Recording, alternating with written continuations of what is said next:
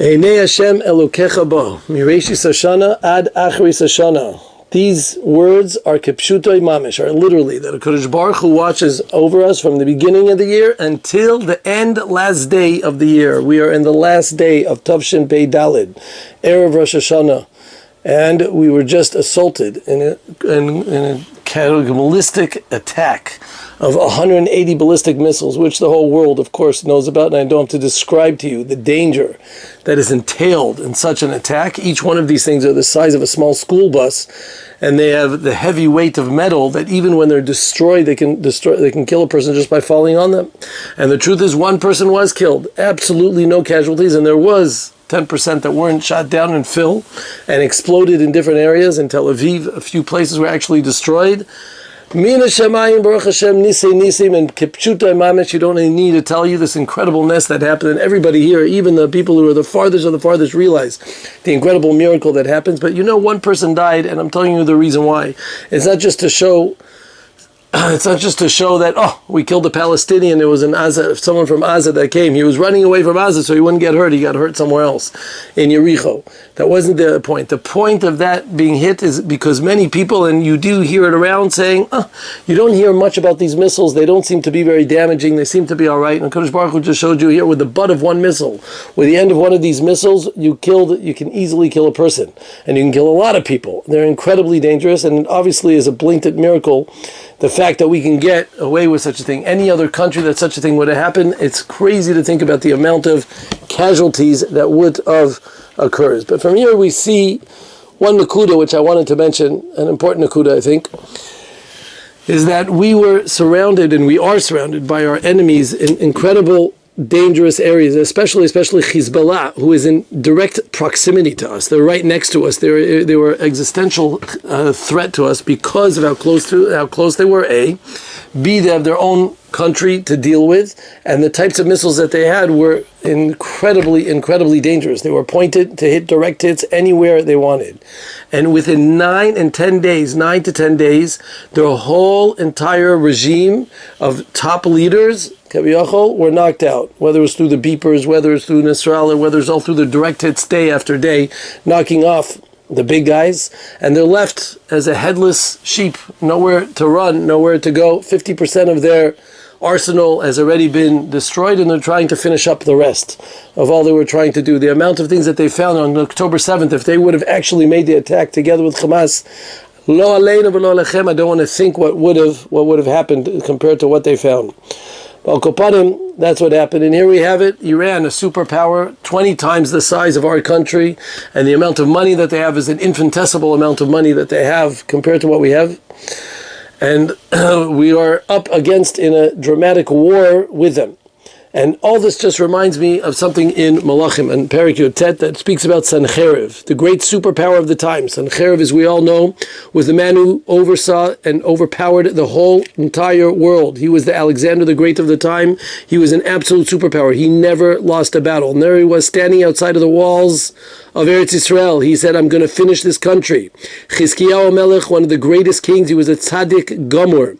Rabbi Yochanan ben Zakkai even saw him in a dream, because of his incredible tzidkus. Over there, he dove into HaKadosh Baruch Hu. Zacharna et asher talachti lefanecha. Remember everything I did for you. My avodat Hashem. Everybody was bepachad v'yira.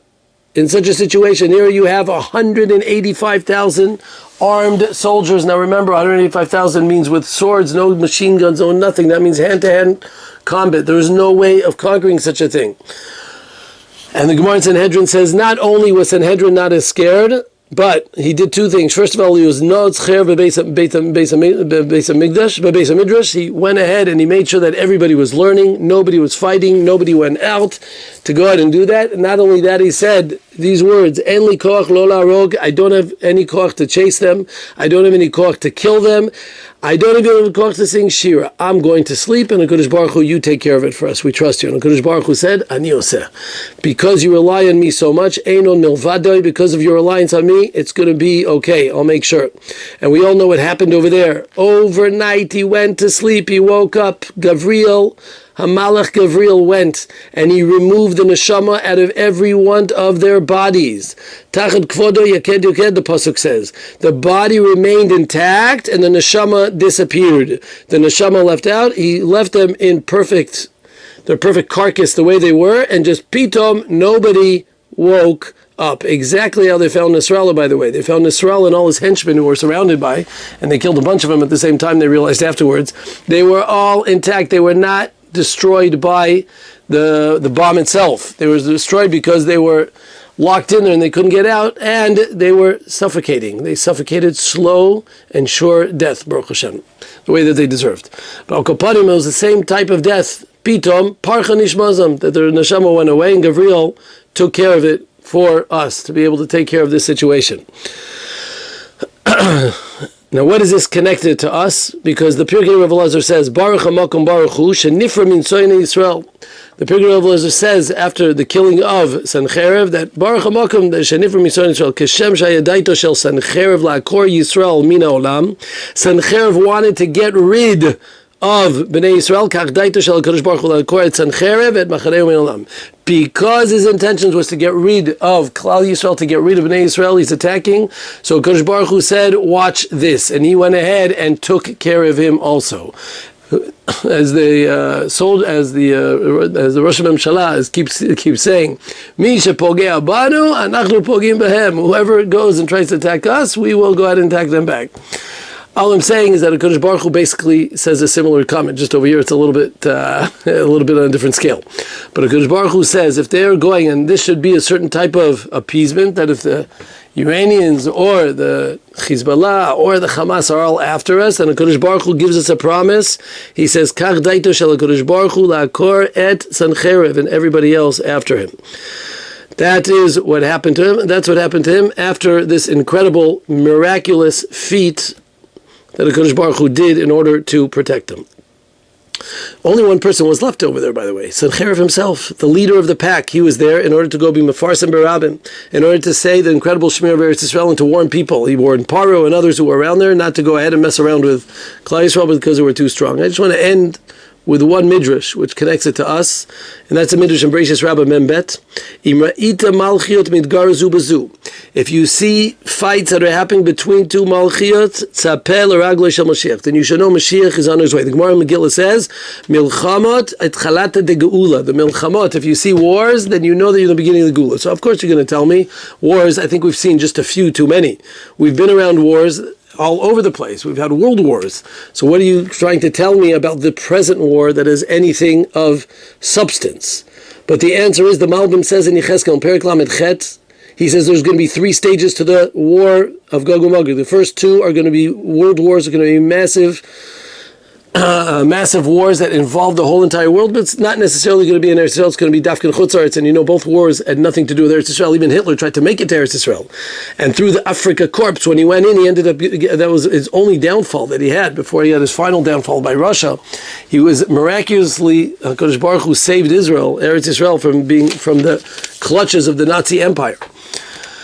But, says the Malbim, until the final war will be al kiyum haaretz, shelo haya kedugmato. It will be on Eretz Yisrael. The third war will be different. The final war will only be on Eretz Yisrael. And you know what? This has been the only war, and especially in such a scale that has taken place in this country. All the other wars have always been in Chutz Haaretz. And in case we're not sure if it's true, Kadosh Baruch Hu says, remember, I'm here, I'm doing for you special miracles, I'll take care of you. And Hashem Elokecha ba. Again, Mireshita Shana, Achrita Shana, yes, in the beginning of the year it didn't look good. But Achrita Shana is coming to show us that it is looking good, and things are on the up, and B'ezrat Hashem, it's getting better. And on that we say that the last and final war will be in Eretz Yisrael. As it says in Pirkei Rav Elazar, in the end of Perek Lamed, Bnei Yishmael, the Arabs, Atidim Lasot Mehuma Be'aretz Be'achrita Yamim. They're going to make a balagan, a mess in Eretz Yisrael Be'achrita Yamim. They're going to make terrorist attacks. They're going to make piguim and a lot of problems. Sherem are keeping pnei charvot nadadu. Ve'en charvot el milchamot. These milchamot, the wars will come through the Arabs, the Yishmaelim.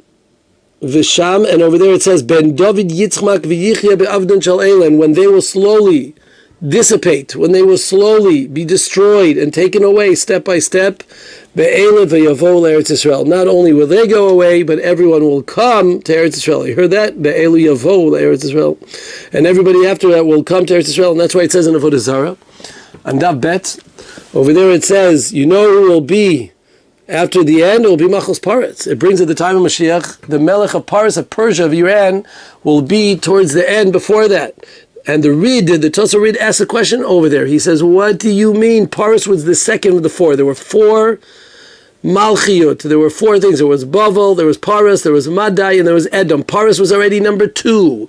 So why in the Gemara over there is it insinuating that Paris will be at the end of days? Paris is brought there also after Edom. After Edom goes ahead and complains to Hashem, it says Paris goes ahead, Persia goes and complains. You know what they complain about? They said, we made a lot of wars. We made a lot of palaganim. We did a lot of wars. They seem to be big warriors. So how are they at the end of days? Says the Tosar Rid, and the Maharal also says this in Netzach Yisrael, in Perek Chaf Aleph, that Paras v'Yishmael and Malchut Echad. Yishmael is the one who does the finishing job. They're the toes at the end of the job. They're the ikvis, the ekev. They're the heel, the Achilles heel at the end of the zman of the Galut, right before the Biat Mashiach. And Paras and Yishmael, Hem Malchut Yishmael Shemolechet Achshav. That Paras and Yishmael are the ones that go hand in hand, they work together. The Yishmaelim, the Arabs, are the snake. And Paras is the head of the snake. Persia, Iran is the head of the snake. And you can go ahead and attack a snake from here till tomorrow, cut here and cut there. But we all know the proper way to get rid of a snake is cut off his head. Throw a rock at his head. We had here many snakes here in Rapei Shemesh when I first moved here. And everybody knew the key was you stand at a distance, you throw a rock or some type of thing if you know what you're doing, and you make it land on his head and you're good to go and you're going to be okay. Now the final frontier comes to the head of the snake. Paras v'Yishmael and Malchut Echad. And if it's there, and the place to be is in Eretz Yisrael. Here in Eretz Yisrael, things are dynamic. There's no room for sports over here. You know, everybody over there in America likes to watch sports and all these different types of actions. Over here, you're too busy with other things. Just the news is a tremendous day to day, even minute to minute. The news here comes up every hour because every hour it's different news. It's always changing over here. Yes, there's a tremendous amount of stress. Yes, we feel the danger in the air. We feel the sakana. It's not so simple. But at the same time, you should know, hand in hand with that stress, we feel the vibes. You could smell it in the air. You feel the smell of Geula coming. You feel the smell of the redemption. HaKadosh Baruch Hu is directly handing it to us. You feel HaKadosh Baruch Hu, it's there. Because yes, even though we have to stay inside of our bunkers and we hear booms and bangs left and right, and there's a firework show up in Shamayim, and you have to be very careful not to look, but at the same time, all of that kind of just gives you this feeling, like those who are in Eretz Yisrael know, of what we started off this year with, that HaKadosh Baruch Hu is watching us. Mi'acharita Reishita Shana ad Acharita Shana. Mashiach should come, b'mira b'yameinu, and he should be megalenu for all the tzarot, and yomar l'tzarotenu dai. Have a chag kosher v'sameach.